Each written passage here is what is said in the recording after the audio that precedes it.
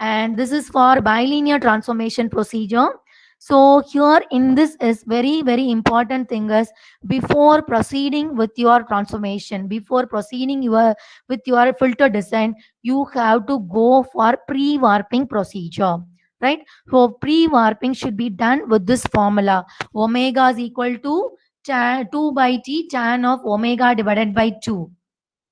And using these values, using these pre-warped signals only, we have to calculate our h of s of our analog filter, transfer function of the analog filter. And then depending upon these t, that is how many number of seconds per sample here.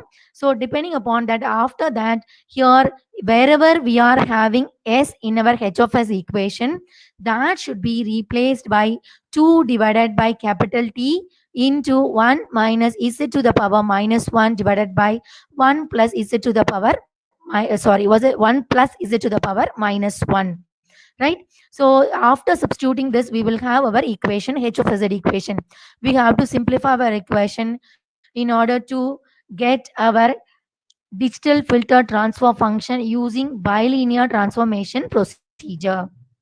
So keep in mind, if you are going with the bilinear transformation method, then we have to find the pre-warping frequency initially. Using those pre-warped signals only, we have to go for the design of analog filter, finding your h of s, that is transfer function of the analog filter. And coming to the FIR filter, finite impulse response filter, FIR filter.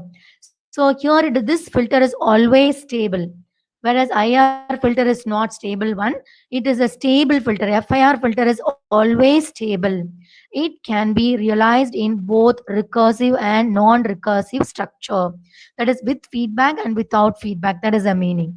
And it is free of limit cycle oscillations when implemented on a finite word length digital system.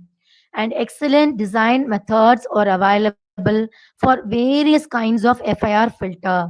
But the major disadvantage for FIR is that it is very costly. It's an expensive one.